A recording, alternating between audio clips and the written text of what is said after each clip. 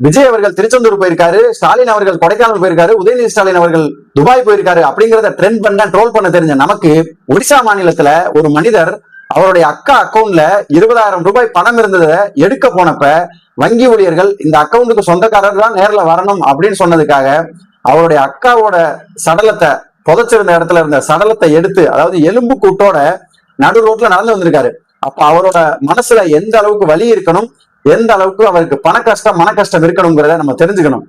இதுல இருந்து நம்ம என்ன ஒண்ணுன்னா, நம்ம எந்த இடத்துல வங்கி ஊழியரா இருக்கலாம், வங்கி அதிகாரிகளா இருக்கலாம், அரசு ஊழியர்கள், அரசு அதிகாரிகள், நம்ம யாரா இருந்தாலும் பாமர மக்கள் பொதுமக்களுக்கு உதவி செய்வதற்காக தான் நம்முடைய வேலை அப்படிங்கிறத மனசுல வச்சுக்கிட்டு, இப்ப அவங்க அக்கா இறந்துட்டாங்க, அப்ப அக்கௌண்ட்ல பணம் இருக்குன்னா அந்த பணத்தை மத்தவங்க யாரு எடுக்கலாம், எப்படி எடுக்கலாம் அப்படிங்கிற வழிமுறையை அவருக்கு சொன்னா கூட கரெக்டா இருந்திருக்கும். அவங்கதான் நேர்ல வரணும் அப்படின்னு சொன்னதுக்காக அந்த மனுஷன் எவ்வளவு வலி இருந்தா போய் அந்த சடலத்தை தோண்டி அவர் அந்த எலும்பு கூட்டம் ரோட்ல நடந்து வந்திருப்பாரு. அப்ப இந்த